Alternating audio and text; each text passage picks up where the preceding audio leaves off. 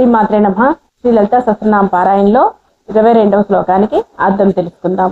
ఇంతవరకు మనము అమ్మవారి స్థూల రూప వర్ణన గురించి క్షుణ్ణంగా తెలుసుకున్నాము.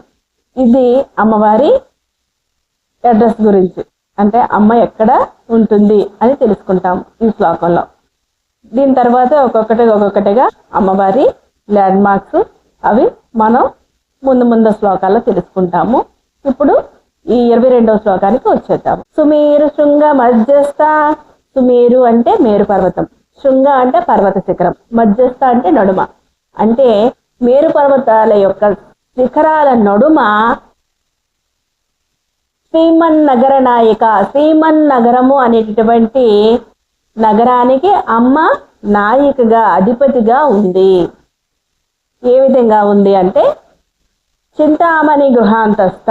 చింతామణి గృహం అంటే, చింతామణి అంటే కోరిన కోరికలు తీర్చేటటువంటి మణి, రత్నము. అటువంటి రత్నాలతో ఉన్నటువంటి ఇంట్లో, గృహస్థ అంటే చింతామణి గృహం అంటే కోరిన కోరికలు తీర్చేటటువంటి రత్నాలతో పొదగబడినటువంటి ఇంట్లో అమ్మవారు. పంచబ్రహ్మాసన స్థిత, పంచబ్రహ్మాసనం పైన స్థిత కూర్చొని విలసిల్లుతూ ఉంది. పంచబ్రహ్మలు అంటే బ్రహ్మ, విష్ణు, రుద్ర, ఈశ్వర, సదాశివులు. పంచబ్రహ్మల యొక్క తత్వం ఏంటంటే బ్రహ్మ సృష్టి, విష్ణు స్థితి, రుద్ర లయ, ఈశ్వర తిరోధానము, సదాశివ అనుగ్రహము. ఈ పంచతత్వాలతో సమ్మిళితమైనటువంటి ఒక ఆసనం పైన అమ్మవారు కూర్చొని విలసిల్లుతూ ఉంది. అంటే దీనికి అంతరార్థం కూడా మనం తెలుసుకుందాము. ఒకసారి వివరణలోకి వెళ్దాము. మేరు పర్వతాల శిఖరాల యొక్క నడుమ శ్రీమన్నగరం అనేటటువంటి నగరంలో అమ్మవారు చింతామణి గృహంలో పంచబ్రహ్మల యొక్క ఆసనం పైన అమ్మవారు సదాశివునితో కూర్చొని విలసిల్లుతూ ఉంది. అది దీని అర్థము, బాహ్యార్థము. అంతరార్థం ఏంటి అని అంటే అమ్మవారు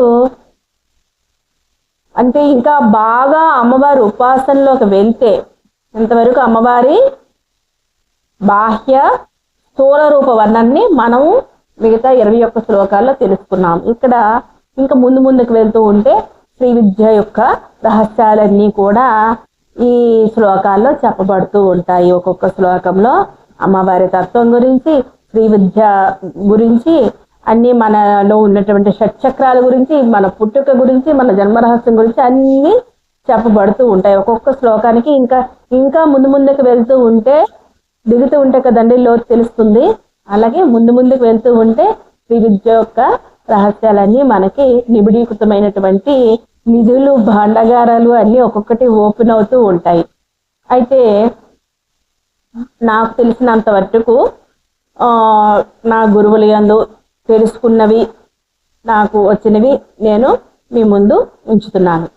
లలిత రహస్యనామాలు అన్నారు, అందుకే అంత జాగ్రత్తగా చదవాలి అని చెప్తూ ఉన్నారు అందరూ కూడాను. చదవడం తప్పు కాదు, ఇంకా చాలా జాగ్రత్తగా చదవాలి. అయితే విషయంలోకి వచ్చేస్తే దీని అంతరార్థంలోకి వెళ్ళిపోతాం. సుమేరు శృంగ మధ్యస్థ అంటే మన సహస్రారం సాధనలోకి, యోగ సాధనలోకి వెళ్ళిన వారికి పూర్తిగా తెలుస్తుంది. మన సహస్రారంలోని మధ్యలోని బిందువులోని అమ్మవారు ఆసీనురాలై కూర్చుంది. ఏ విధంగా కూర్చుంది? పంచ బ్రహ్మల యొక్క ఆసనం పైన అమ్మవారు సదాశివునితో కూర్చొని మన సహస్రారంలో విలసిల్లుతూ ఉంది. అమ్మవారు ముఖం నుంచి పాదాల వరకు వచ్చాం. లలితా శాస్త్రంలో ఉన్నటువంటిది ఏంటంటే మనము ముఖం నుంచి మనం మళ్ళీ అమ్మవారి కేశాలంకరణ నుంచి అవన్నీ చేసుకుంటూ అమ్మవారి పాదాల దగ్గరకు వచ్చాం. అలాగే ఇప్పుడు కూడా స్థూల రూప వర్ణనలో అలా వచ్చాం. ఇప్పుడు సూక్ష్మ రూప వర్ణన అమ్మవారు ఎక్కడుంది? సహస్రారం మీద ఉంది. సహస్రారం మీద ఎలా ఉంది? పంచబ్రహ్మల యొక్క ఆసనంపై సదాశివునితో కూర్చొని విలసిల్లుతూ ఉంది. కింద శ్లోకంలో మనం చెప్పుకున్నాం అమ్మవారు ఏ విధంగా ఉంది, ఏ రకంగా అలంకరించుకొని శివుని తొడపై కూర్చొని ఉంది. ఆ కూర్చొని ఎక్కడ ఉంది అంటే ఫలానా నగరంలోని ఫలానా అడ్రస్ అనేది మనం ఇప్పుడు చెప్పుకున్నాం. బాహ్యంగా చూస్తే మేరు పర్వతాల నడుమ చింతామణి గృహంలో అమ్మవారు పంచబ్రహ్మల యొక్క ఆసనం పైన కూర్చొని సదాశివునితో కూర్చొని ఉంది. అంతరార్థంలోకి వెళ్తే మన సహస్రారం, మేరు పర్వతాల శిఖరాలు అంటే మన సహస్రారం మధ్యలో బిందు స్వరూపంలో అమ్మవారు పంచబ్రహ్మల యొక్క ఆసనం పైన కూర్చొని అమ్మవారు సదాశివునితో కూర్చొని విలసిల్లుతూ ఉంది. మనకి ఒక్కొక్కడిగా ఈ సహస్రారం అంటే ఏంటయ్యా అనేది ముందు ముందు షట్చక్రాలు ప్రతి ఒక్కటి అలా శ్రీ విద్య గురించి ఒక్కొక్కటి వస్తుంది. ప్రస్తుతానికి ఈ శ్లోకంతో ఇంతవరకే మనం తెలుసుకుందాము. అది వేరే సబ్జెక్ట్ అయిపోతుంది. శ్లోకం బట్టిగా మనం వివరంలోకి వెళ్ళాము. మిగతా విషయాలు మిగతా శ్లోకాల్లో చెప్పుకుందాము. శ్రీమాత్రే నమః. ఈ వీడియో నచ్చినట్టయితే లైక్ చేయండి, షేర్ చేయండి, సబ్స్క్రైబ్ చేయండి. ఇంకా నాకేమైనా మీరు చెప్పాలనుకుంటే కామెంట్ బాక్స్లో తెలియచేయండి.